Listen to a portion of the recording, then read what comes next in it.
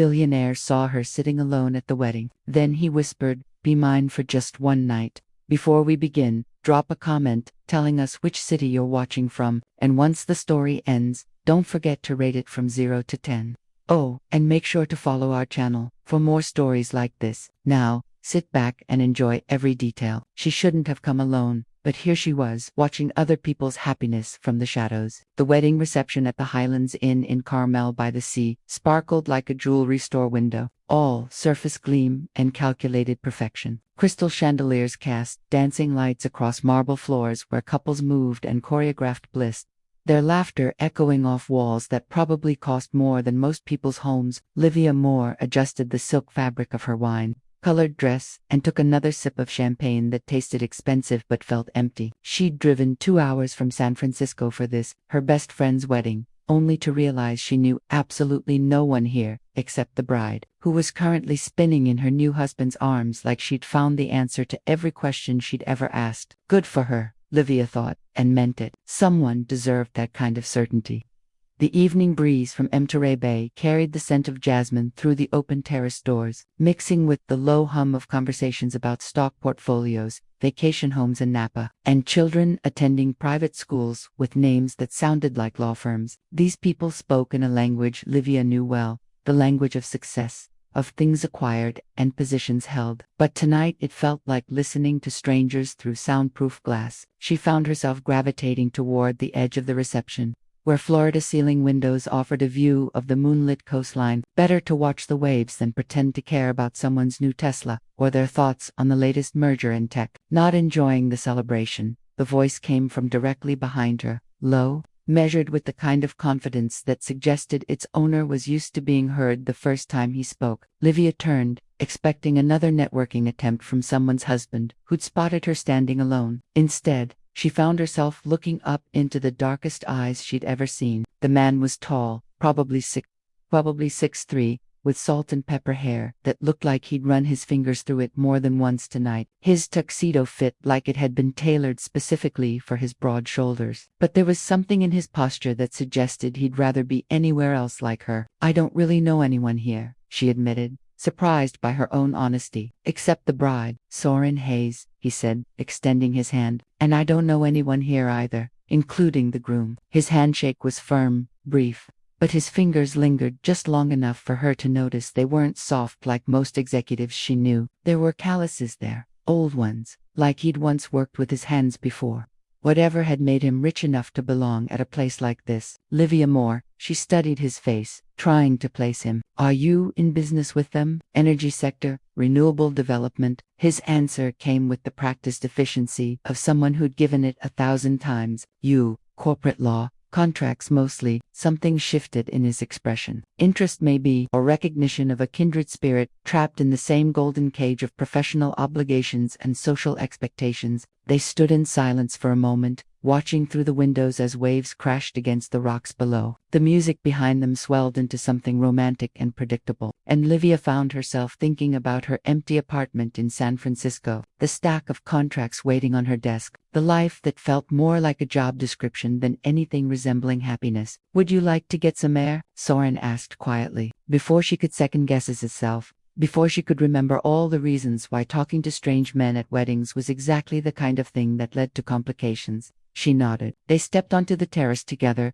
leaving the golden light and calculated joy behind them. The ocean wind caught her hair, pulling a few strands loose from their careful arrangement, and for the first time all evening, Livia felt like she could breathe. That's when he turned to her with an expression she couldn't quite read and said the words that would change everything. "Be mine for just one night." She should have walked away, but something in his eyes made her stay frozen in place. The words hung between them like smoke in the ocean air. Be mine for just one night. Not a question, not quite a demand. Something in between that made Livia's heart skip in a way that had nothing to do with the champagne. Any reasonable woman would have laughed or been offended or both. Instead, she found herself studying his face in the moonlight, searching for the predatory gleam she'd learned to recognize in corporate boardrooms and hotel bars. The look that said, "I see something I want, and I always get what I want."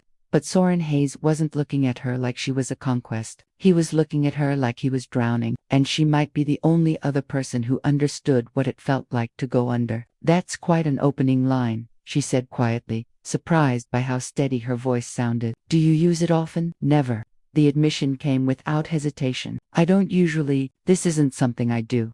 Below them, waves crashed against the rocky coastline with a rhythm that felt more honest than the carefully orchestrated music.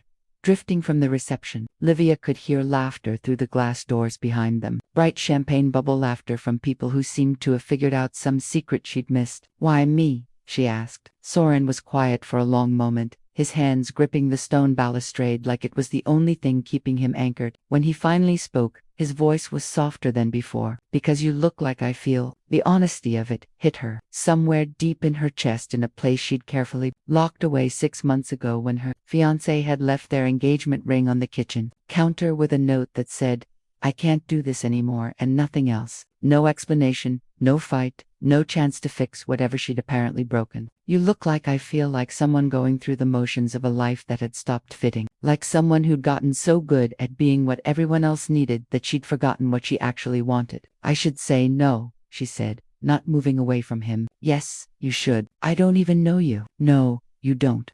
The wind picked up, carrying the scent of salt and something flowering from the resort's gardens. Livia's carefully styled hair was coming completely undone now, dark strands whipping across her face, and she didn't bother to push them back. When was the last time she'd let herself look imperfect? When was the last time she'd done something just because it felt right instead of because it made sense? I'm not looking for complicated, she said finally. Neither am I. Through the windows behind them, she could see the bride and groom cutting their cake, feeding each other small bites while photographers captured every smile, the fairy tale moment she'd once imagined for herself, back when she still believed in happy endings that lasted longer than a contract term. Soren followed her gaze. Beautiful wedding. Yes, the word came out hollow. Very beautiful. You don't sound convinced. I used to be. She turned back to face the ocean. I used to believe in all of this. The white dress, the promises, the idea that two people could actually keep choosing each other every day until death do them part. What changed your mind? Livia was quiet for a moment,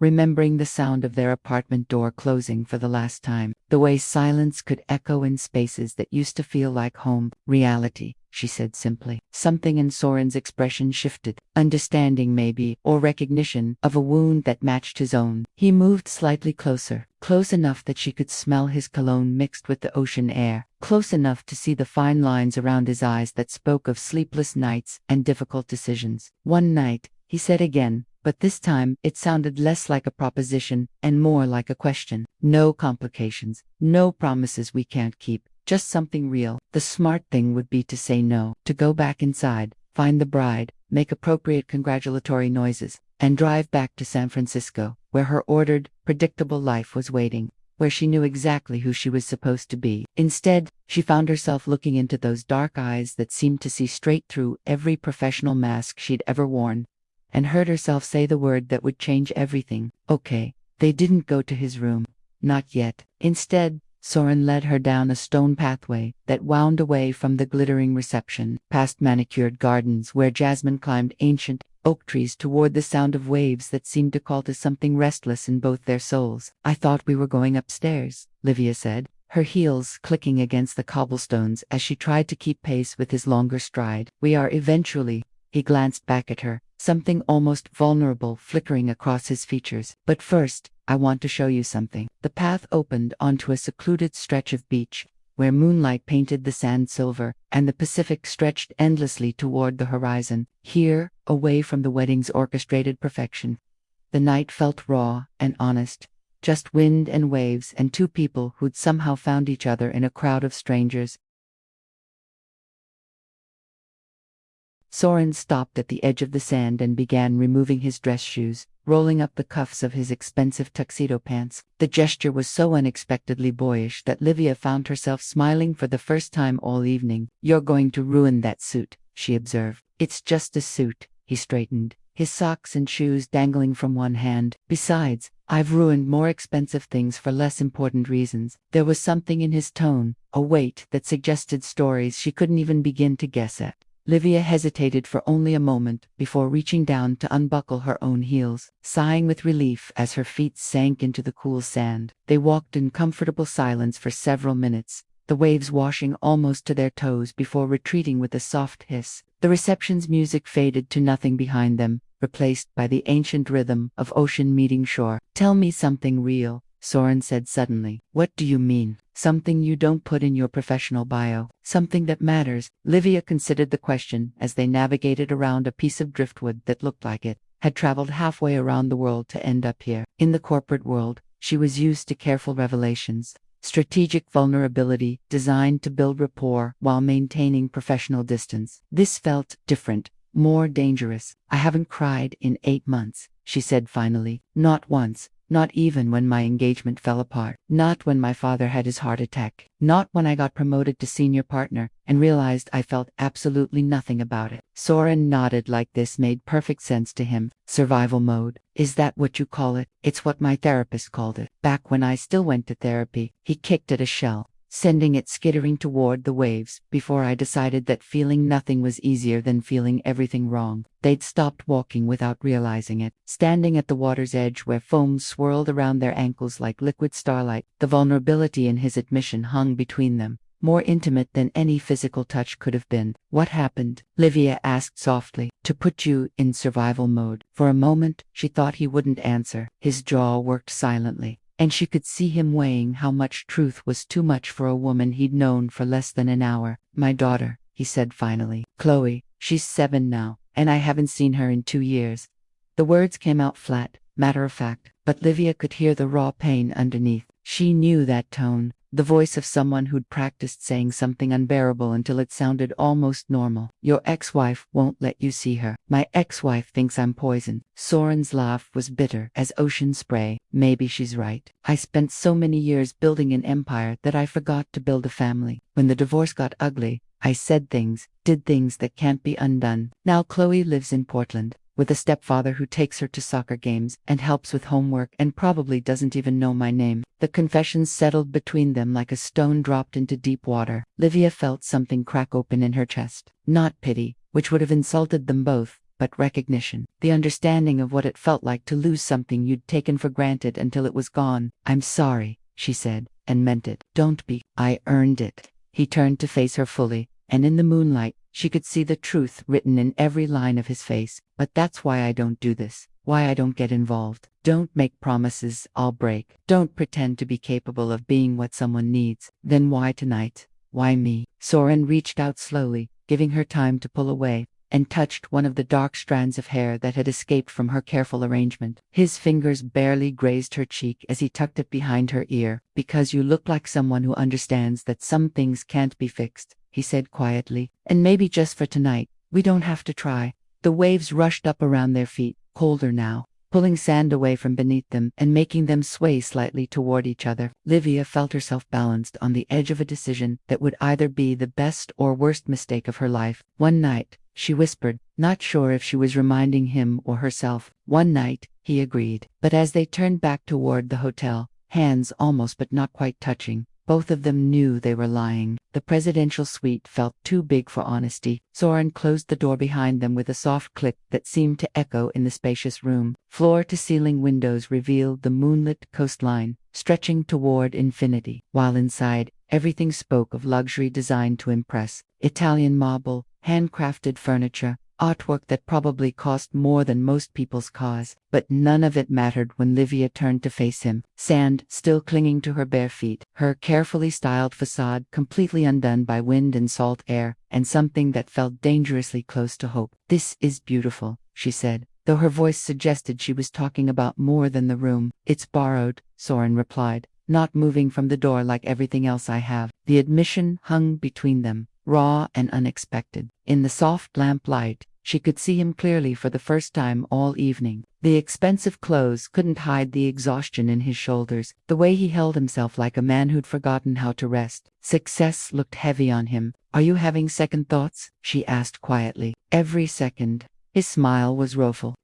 Every second." They stood there looking at each other across an ocean of Persian carpet, both paralyzed by the strange intimacy of shared uncertainty. This wasn't how these things usually went, Livia imagined. There should have been more champagne, less talking, fewer pauses to consider the weight of what they were doing. Instead, Soren walked to the window and gestured toward the view. "When I was building my first wind farm, I spent 6 months in a trailer in Wyoming. No heat, no hot water, eating canned soup for dinner because the nearest restaurant was 40 miles away. Livia joined him at the window, close enough to feel the warmth radiating from his body. Why are you telling me this? Because I was happier in that trailer than I've been in any penthouse since. He turned to look at her, and she saw something vulnerable flicker across his features. I keep thinking, if I acquire enough, achieve enough, prove enough, I'll find my way back to that feeling. But I think I've been looking in the wrong places. What feeling? Like what I was doing mattered. Like I mattered. His voice was barely above a whisper. Like I wasn't just taking up space in someone else's life. The words hit her like a physical blow because she knew exactly what he meant. How many contracts had she negotiated? How many deals had she closed? How many professional victories had she celebrated alone in her empty apartment,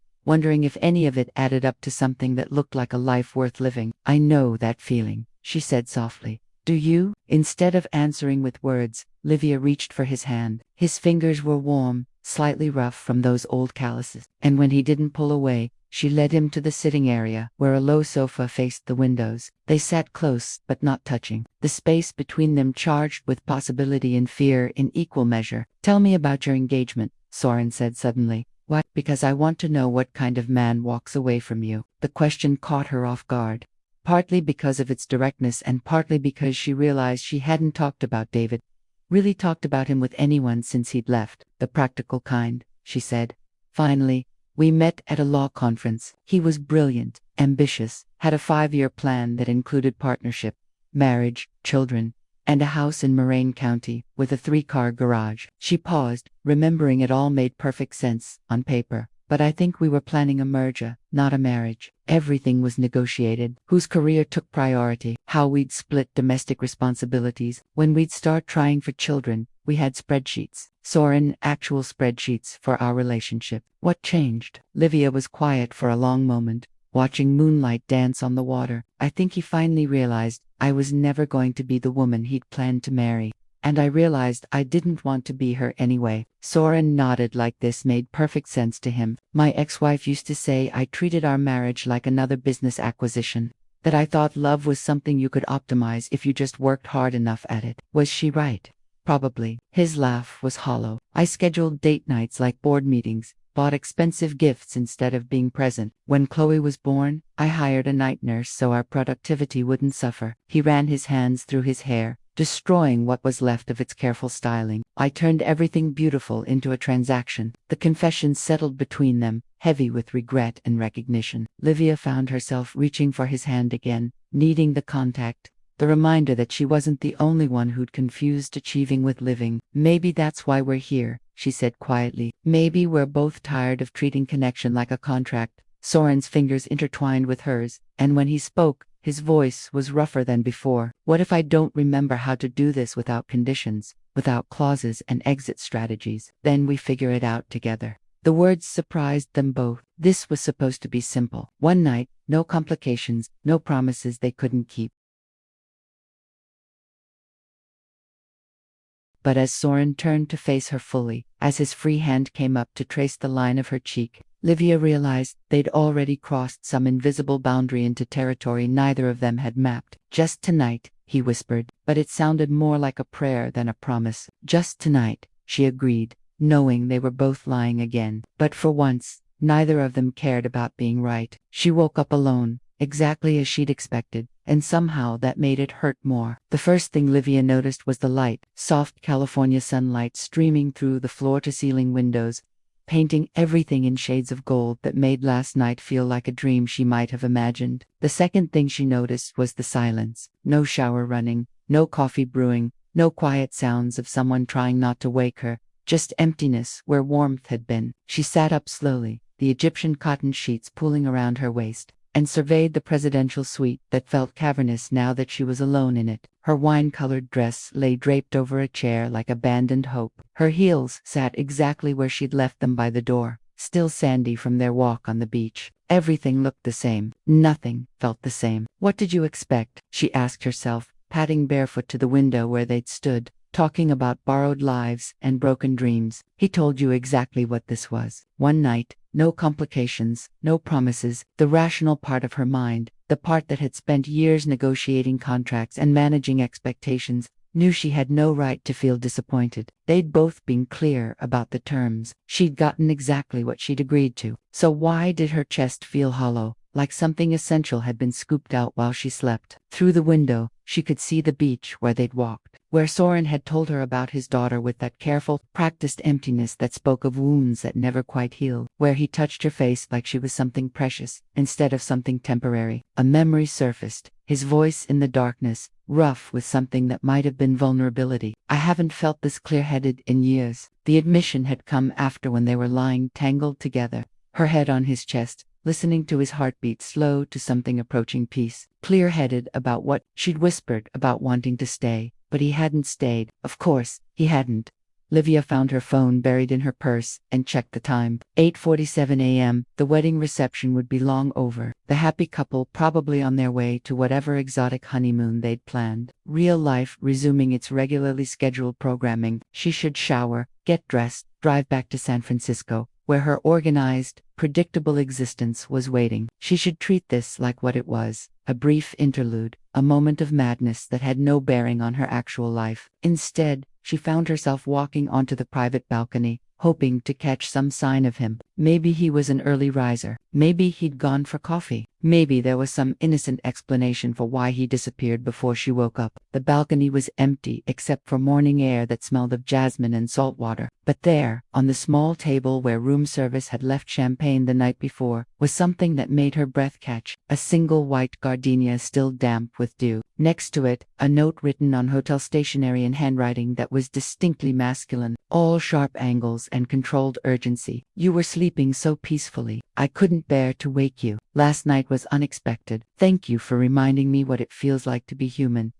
Livia sank into one of the row iron chairs, the note trembling slightly in her hands. It wasn't a love letter, barely qualified as a thank you note, but something about the careful script, the choice to leave anything at all, made her throat tight with emotions she couldn't name. Thank you for reminding me what it feels like to be human. She read the words again, remembering the way he'd looked at her in those quiet moments between conversation and sleep, like she was the first real thing he'd encountered in years, like she mattered in a way that had nothing to do with what she could do for him or how she might fit into his life. When was the last time someone had looked at her like that? When was the last time she'd felt essential rather than convenient? Her phone buzzed with a text from her assistant. Conference call with Morrison Industries. Moved to 10 a.m. Need the Henderson contracts reviewed before Monday. Hope the wedding was fun. The message landed like a cold splash of reality. This was her life. Conference calls and contract reviews and efficiently managed obligations. This was who she was. Senior partner Livia Moore, who billed 80 hours a week and hadn't taken a real vacation in 3 years.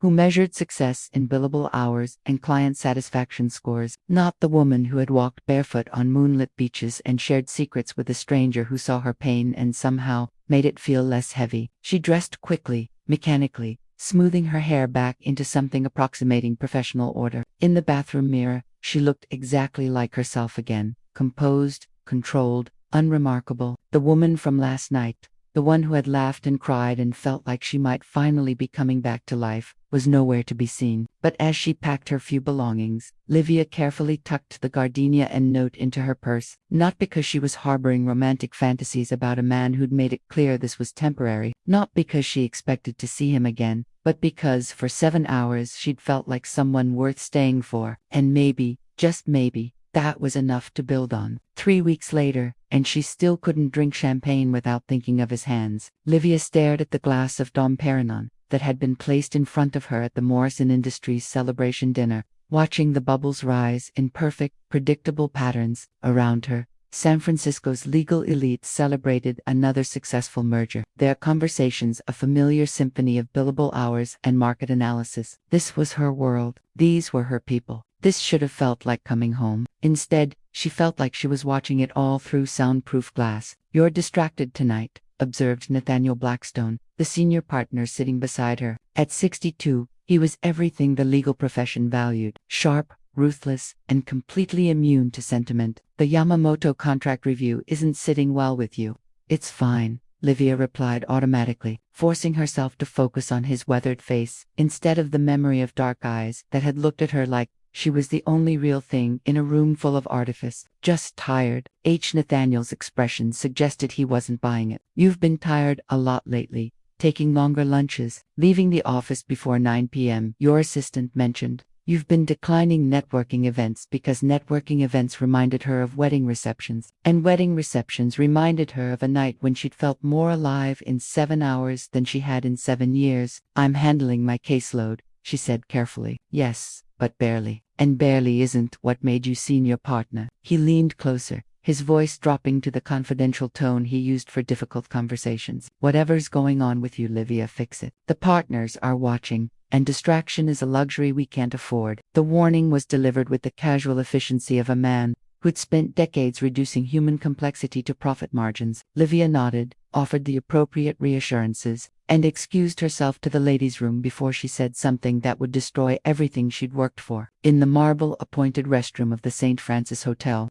she stared at her reflection and tried to recognize the woman looking back. Same expensive suit, same careful makeup, same professional composure that had carried her through countless high-stakes negotiations, but something was different. Something had shifted that night in Carmel, leaving her feeling like she was playing a role in someone else's life. Her phone buzzed. A text from her assistant. Soren Hayes from Hayes Energy Solutions wants to schedule a consultation. Should I set something up for next week? Livia's hands went cold. She read the message 3 times, each word hitting her like a physical blow. Soren Hayes here in her professional world where she'd spent 3 weeks trying to forget he existed. What kind of consultation? She typed back, proud of how steady her fingers remained. Didn't specify. Just said he had some contracts that needed reviewing. High priority, apparently. Want me to send him to Davidson instead? She should say yes. Should hand this off to another partner and maintain the professional distance she'd spent years perfecting. Should protect herself from whatever game he was playing. Instead, she found herself typing, schedule him for Thursday at 2 p.m.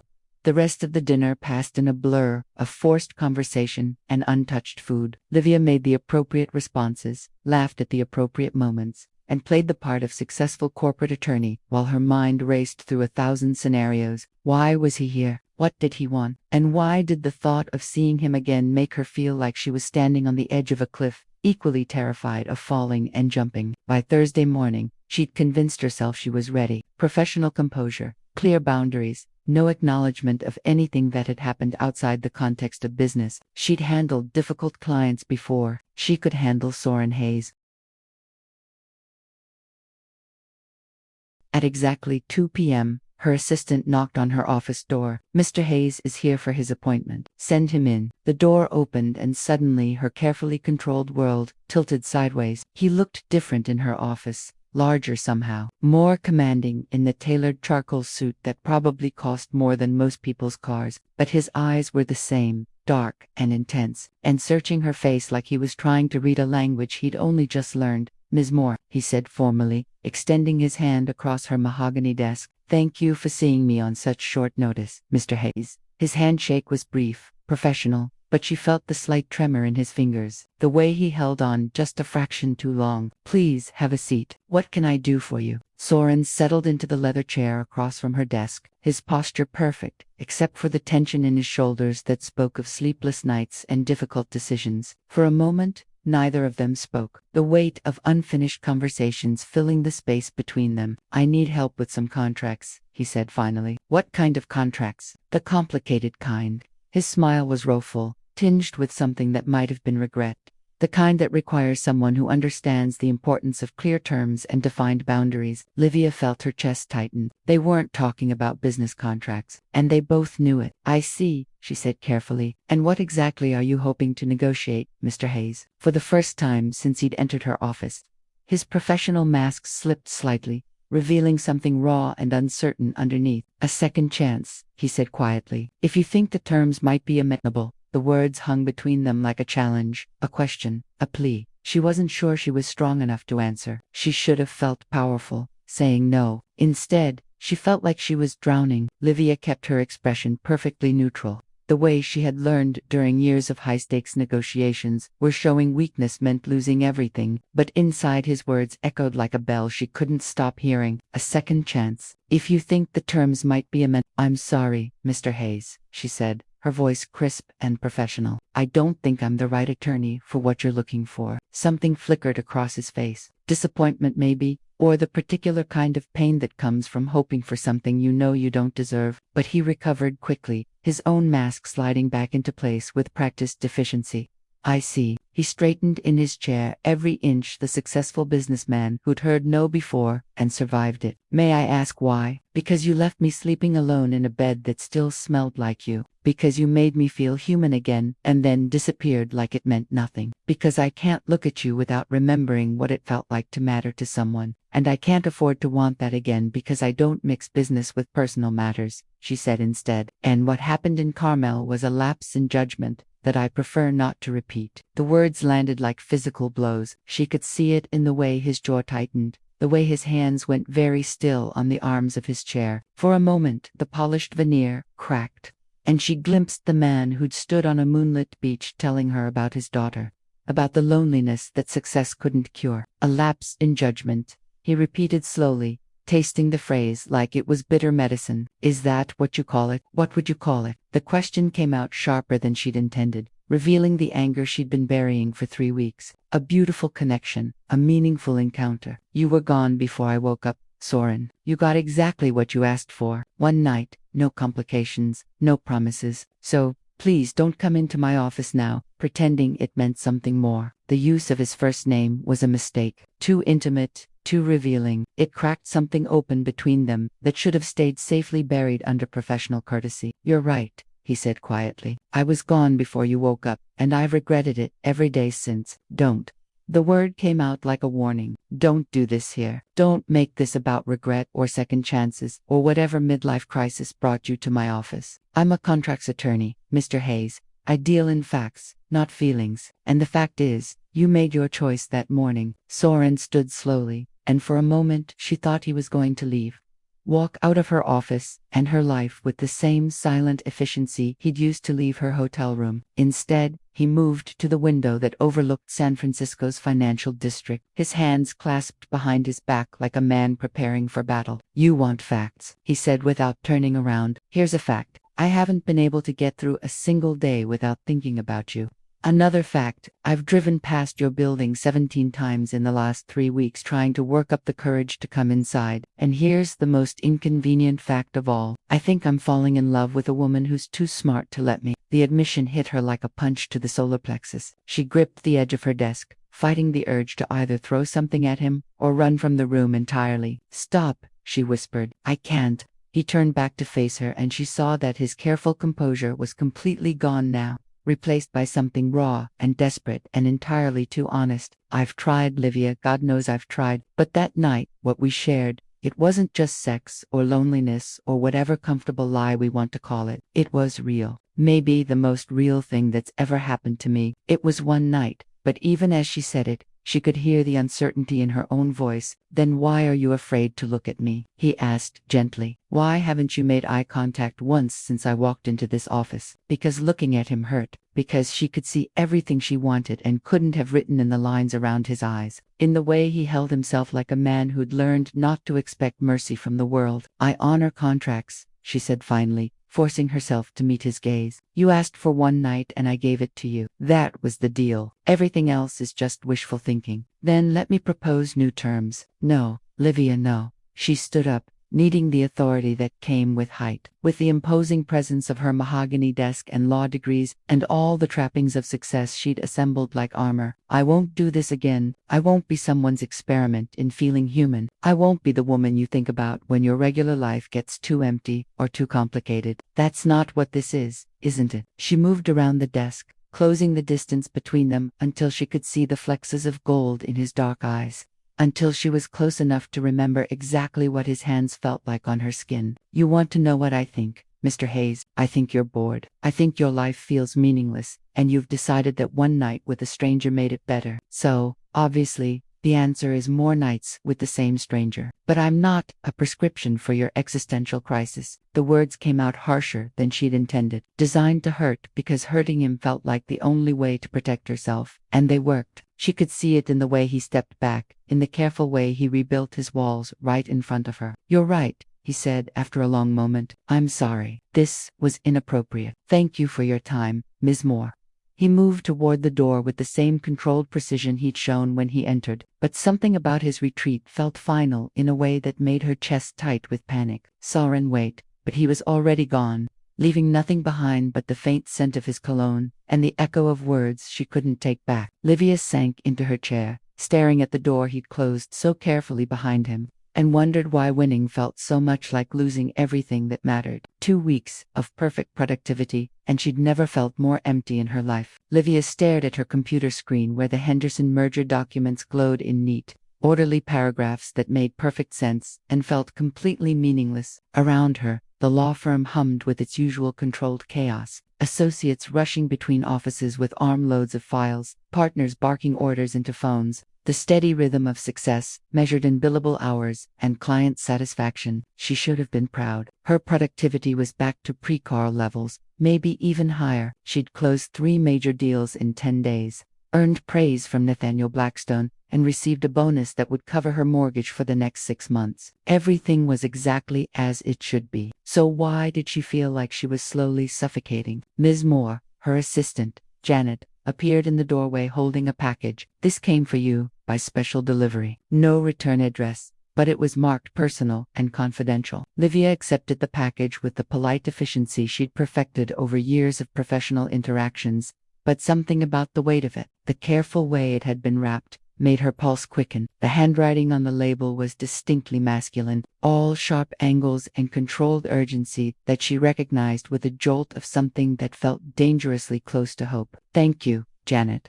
Please hold my calls for the next hour." Alone in her office, Livia set the package on her desk and stared at it like it might explode. For 2 weeks, she'd convinced herself she'd done the right thing. Soren Hayes was a complication she couldn't afford, a risk that could derail everything she'd worked for. She was better off without him, but her hands trembled slightly as she unwrapped the package, revealing a small wooden box and an envelope sealed with old-fashioned wax. Inside the envelope, a single sheet of letterhead from Hayes Energy Solutions, but the content was entirely personal. "Ms. Moore, I know you said you honor contracts, so I'm submitting this proposal for your consideration. Please review the terms carefully." The Soren Hayes Amendment to Previous Agreements, Clause 1. "I want all your mornings, not just one night. I want to wake up next to you and watch you drink coffee while you read the news on your phone. I want to learn whether you're grumpy before caffeine and what you look like when you're not performing for the world." Clause 2. "I am willing to be broken if it means feeling again. You accused me of using you as a prescription for my existential crisis, and maybe you were right, but you're not medicine. Your transformation. You showed me what it feels like to be human instead of just successful." Clause 3. "You don't have to accept these terms, but if you do, I swear I will learn how to stay. I will learn how to be present instead of just present tense. I will learn the difference between acquiring someone and earning them." Clause 4. "I've already started. I called my ex-wife yesterday and asked if I could take Chloe to dinner next month. It's the first step toward becoming the father I should have been, the man I want to be when you look at me." Clause 5. "This isn't about filling emptiness. This is about discovering I'm not as empty as I thought. There's something in me worth saving, and somehow you found it in the dock. If you find these terms acceptable, I'll be waiting at Pier 39 on Saturday at 2 p.m. by the Sea Lions. If not, I understand. Some contracts can't be negotiated. Either way, thank you for showing me what it feels like to want something more than I want to protect myself. Yours, if you'll have me. S.H." Livia read the letter 3 times, each word hitting her like a small electric shock. This wasn't the polished businessman who'd sat in her office 2 weeks ago. This was the man from the moonlit beach, the one who told her about his daughter with devastating honesty, who'd made her feel like the most important person in a room full of strangers. With shaking hands, she opened the wooden box. Inside, nestled in black velvet, was a first edition copy of To Kill a Mockingbird, the book she'd mentioned loving during their long conversation that night when they'd talked about justice and moral courage, and the difference between law and justice. A small card was tucked inside the front cover. For someone who understands that the best contracts are written in hope, not fear. As Livia sank into her chair, the book cradled in her hands like something precious and fragile. He'd listened, really listened, not just to her words, but to the dreams underneath them, the idealism she'd buried under years of corporate pragmatism. Her phone buzzed, a text from Janet. The Morrison team needs the revised contracts by 5 p.m. Should I tell them you're still in your meeting? She looked at her computer screen where those neat, orderly paragraphs waited for her attention. Important work, valuable work, the kind of work that had defined her entire adult life. Then she looked at the letter in her hands, at clauses written in vulnerability instead of legal jargon, at terms that had nothing to do with billable hours and everything to do with building something real. For the first time in 2 weeks, Livia felt like she could breathe. She picked up her phone and typed, "Cancel my appointments for the rest of the day." Something important just came up. Then she read the letter one more time, paying special attention to clause 4. To the part about him calling his ex, about taking steps to become the father his daughter deserved. This wasn't about her being his salvation. This was about two broken people choosing to be brave enough to heal together. Saturday was 3 days away. 3 days to decide whether she was willing to risk everything she'd built for the chance at something she'd never imagined possible. 3 days to decide whether she was brave enough to sign the most important contract of her life. She changed her mind 14 times on the drive to Pier 39 and kept driving anyway. Saturday afternoon, traffic crawled through San Francisco like molasses, giving Livia far too much time to second-guess every decision that had led her here. In the passenger seat, Soren's letter lay open to clause 3. "You don't have to accept these terms," the words blurring slightly as her hands trembled on the steering wheel. "What are you doing?" The rational part of her mind, the part that had guided every major decision of her adult life, was practically screaming. "You have a career, a reputation, a carefully constructed life that makes sense. You don't throw that away for a man you've known for one night." But there was another voice, quieter but more insistent,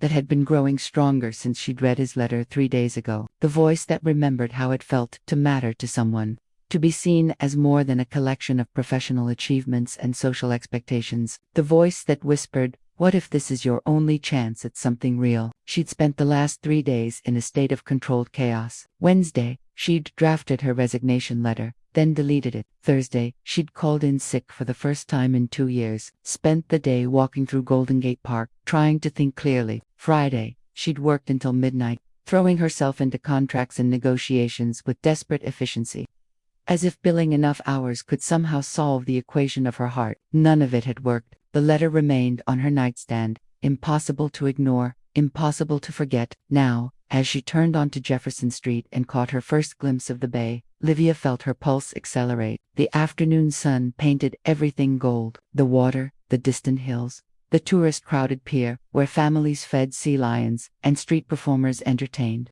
crowds with varying degrees of success. She parked 3 blocks away, needing the walk to steady her nerves. Each step felt simultaneously like moving towards something inevitable and running toward the edge of a cliff with no certainty of what lay below. Clause 4, she reminded herself, he called his ex. He's trying to rebuild his relationship with his daughter. This wasn't about her fixing him or him completing her. This was about 2 adults choosing to be brave enough to build something together. The sea lions were loud today, their barking echoing across the wooden planks as tourists snapped photos and children squealed with delight. Livia navigated through the crowd, her heart hammering against her ribs, scanning faces for the one that had been haunting her dreams for 6 weeks. She saw him before he saw her. Soren stood at the far end of the viewing area, hands shoved deep in the pockets of dark jeans and a gray sweater that made him look younger, less intimidating than the suited businessman who'd sat in her office. His hair was slightly mused by the bay breeze, and there was something in his posture, a carefully controlled tension that suggested he was as nervous as she was. He was alone. Of course, he was alone, but somehow she'd half expected him not to be here,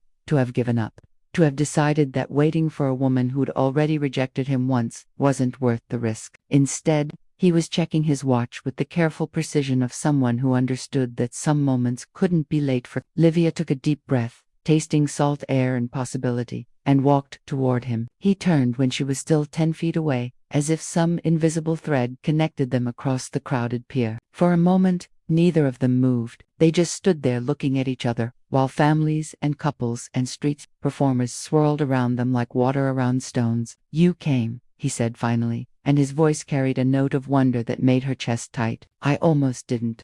The honesty surprised her, but everything about this felt too important for polite lies. "I changed my mind at least a dozen times on the way here, but you're here." "I'm here." She moved closer, close enough to see the exhaustion around his eyes, the way he held himself like a man who'd been holding his breath for days. "Your letter, the contract, too much, terrifying." She smiled, despite herself, but also beautiful. "No one's ever written me clauses before. I figured I should speak your language." They were close enough now that she could have reached out and touched him, could have closed the distance that had felt impossible just moments before. Instead, they stood there, in the space between decision and action, both of them aware that whatever happened next would change everything. "I have questions," Livia said finally. "I have answers. Maybe not good ones, but honest ones. Your daughter, Chloe. Did you really call your ex-wife?" Something shifted in his expression, vulnerability mixed with something that might have been hope. "I did. We're having dinner next Friday, just the three of us. First time in 2 years." He paused. "She's nervous about meeting me. Her stepfather has been more of a father to her than I ever was. That must be hard." "It is, but it's also a beginning, a chance to earn something I thought I'd lost forever." He looked at her intently. "Kind of like this." Around them, the afternoon crowd continued their leisurely exploration of the pier, oblivious to the fact that two people were standing at the crossroads of their entire future. A street musician played guitar nearby, something soft and hopeful that seemed to underscore the moment. "I'm scared," Livia admitted. "So am I. I don't know how to do this.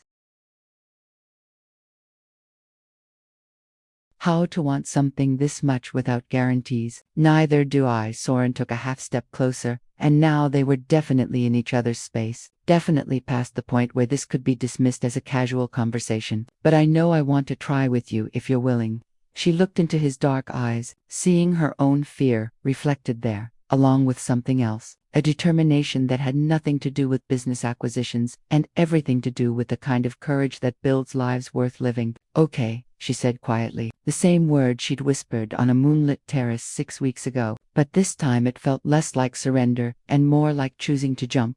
"Okay, okay." She reached for his hand, fingers intertwining with his like they'd been designed to fit together. "Let's negotiate some new terms." His smile was brilliant, transformative, the expression of a man who'd just been offered something he'd been afraid to hope for. "I was hoping you'd say that." They walked away from the crowds toward the hardest conversation of their lives. Hand in hand, they found a quiet bench overlooking the bay, where the Golden Gate Bridge stretched across the water like a promise written in steel and dreams. The tourist chaos of Pier 39 faded behind them, replaced by the gentler sounds of waves lapping against wooden pilings and seagulls calling to each other in the salt-tinged air. But neither of them was looking at the view. They were looking at each other with the careful intensity of people who understood that the next hour would determine whether they were building something beautiful or setting themselves up for the kind of heartbreak that leaves permanent scars. "Before we negotiate anything," Livia said, her fingers tightening around his, "I need you to know something. I'm terrified of becoming someone's project." Soren turned to face her fully, his expression serious. "What do you mean?" "My ex-fiancé David. He spent 3 years trying to optimize me, suggesting better clothes, more strategic career moves,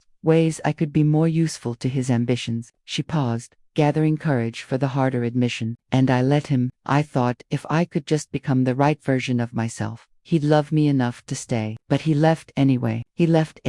And I realized I'd spent so much time becoming what he wanted that I'd forgotten who I actually was." She looked out at the water where a ferry was making its way toward Alcatraz. "I can't do that again, Soren. I can't be your redemption project. The woman who fixes your relationship with your daughter and teaches you how to feel human. That's not fair to either of us." The words hung between them, heavy with the weight of past wounds and future possibilities. For a moment, Soren was quiet, processing not just what she'd said, but what she was really asking him. "You're right," he said finally. "And I need you to know something too. I'm terrified of becoming someone's mistake." She looked at him sharply, surprised by the raw honesty in his voice. "My ex-wife used to say, I was like a beautiful house with no foundation, impressive from the outside, but not safe to live in." He ran his free hand through his hair, messing it further. "She was right. I built this empire, accumulated all these successes, but I never learned how to be present for the people who mattered. When our marriage fell apart,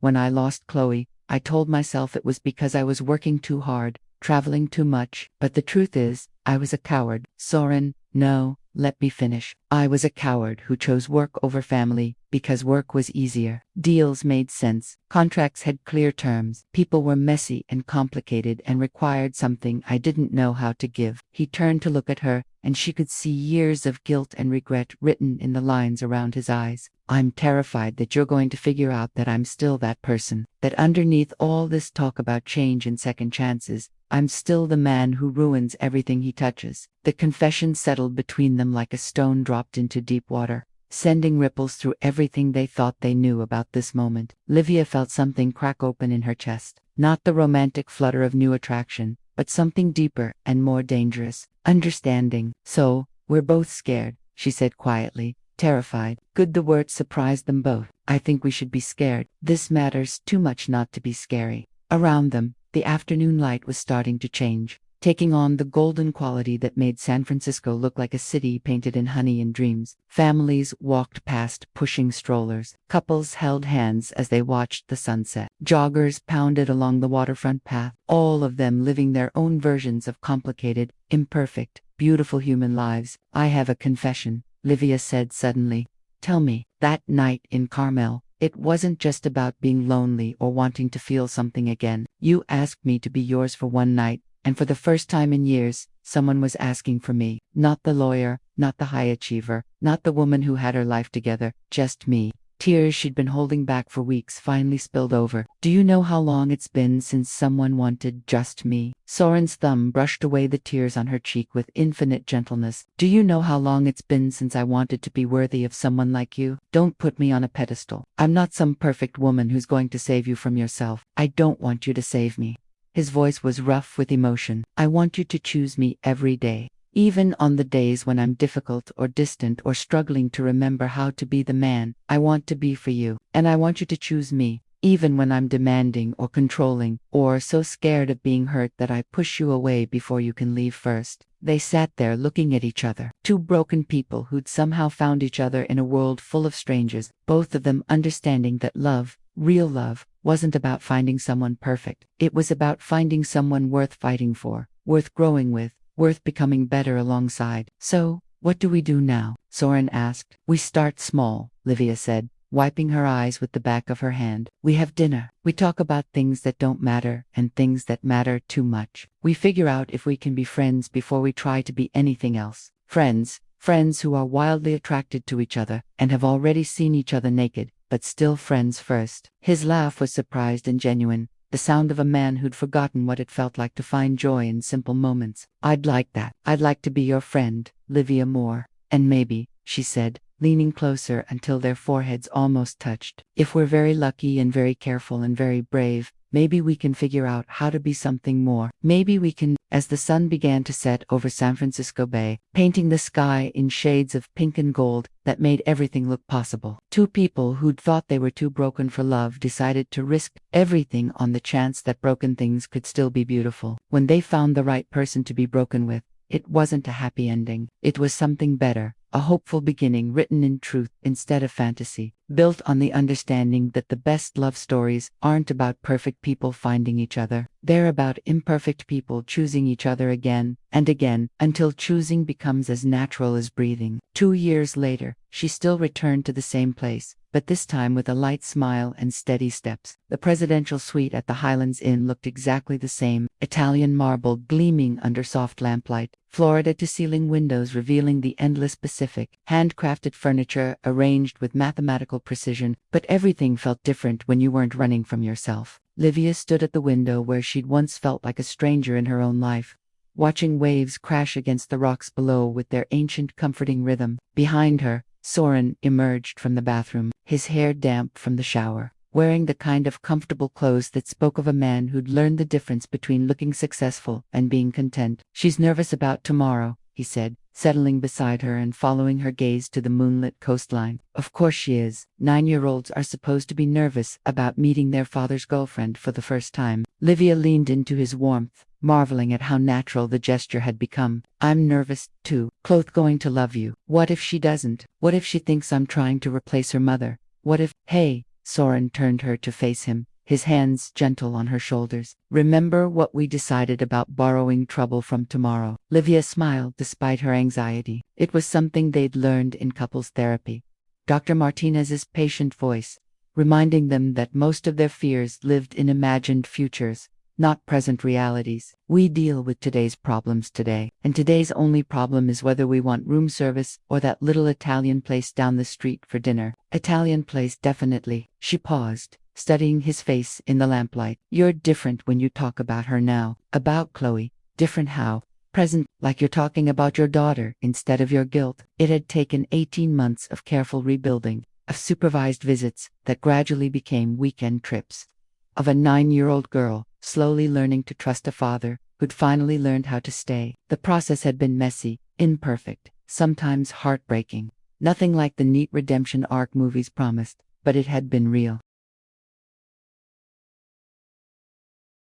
She asked me last week if you were going to be her stepmom, Soren said quietly. Livia's breath caught. What did you tell her? I told her that you and I are still figuring out what we mean to each other, but that regardless of what happens between us, I hope you'll always be part of her life because you make her dad better, and she deserves the best version of me I can manage. The words settled between them, honest and unvarnished, and completely free of the desperate promises they'd both learned to distrust. This was what they'd built instead of fairy tale romance, something steadier, more valuable, a love that didn't require perfection, only presence. I have something for you, Livia said suddenly, moving to her purse on the nightstand. It's not my birthday. It's better than a birthday. She pulled out a folded document, official looking and sealed with the kind of precision that spoke of legal weight. I finally did it. I filed the paperwork yesterday. Soren took the document with careful hands, scanning the legal language with growing amazement. Livia, this is my resignation from Blackstone and Associates, effective in 6 weeks. She couldn't keep the excitement out of her voice. I'm starting my own practice. Family law, mostly Pruno work for people who can't afford representation in custody cases. This is huge. This is everything you've been talking about for months. Scared,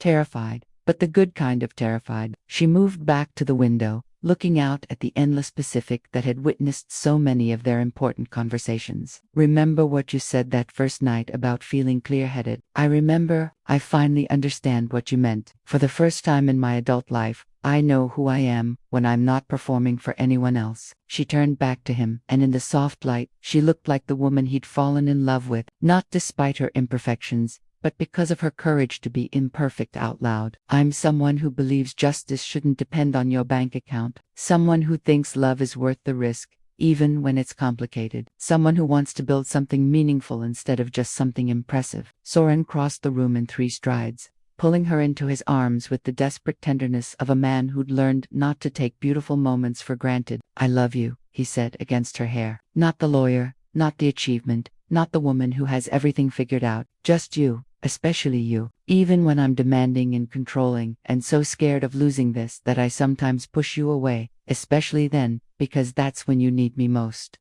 They held each other in the golden lamplight, 2 people who'd learned that love wasn't about finding someone to complete you. It was about finding someone brave enough to be incomplete with you, someone willing to keep choosing growth over comfort, truth over convenience. Outside waves continued their eternal conversation with the shore, indifferent to human struggles and triumphs. But inside the presidential suite, where it all began, 2 hearts that had almost given up on love were quietly writing the kind of ending that mattered. Not because it was perfect, but because it was real. Later, much later, as they lay tangled together in Egyptian cotton sheets, Livia traced lazy patterns on Soren's chest and asked the question that had been haunting her for weeks. Do you think we would have found each other if we hadn't been broken first? He was quiet for so long, she thought he'd fallen asleep. When he finally spoke, his voice was thoughtful, wondering. I think maybe we had to break before we could learn how to bend. Maybe that's what real love is. Not finding someone who doesn't have any pieces missing, but finding someone whose broken places fit with yours, like a puzzle, like a home. In the morning,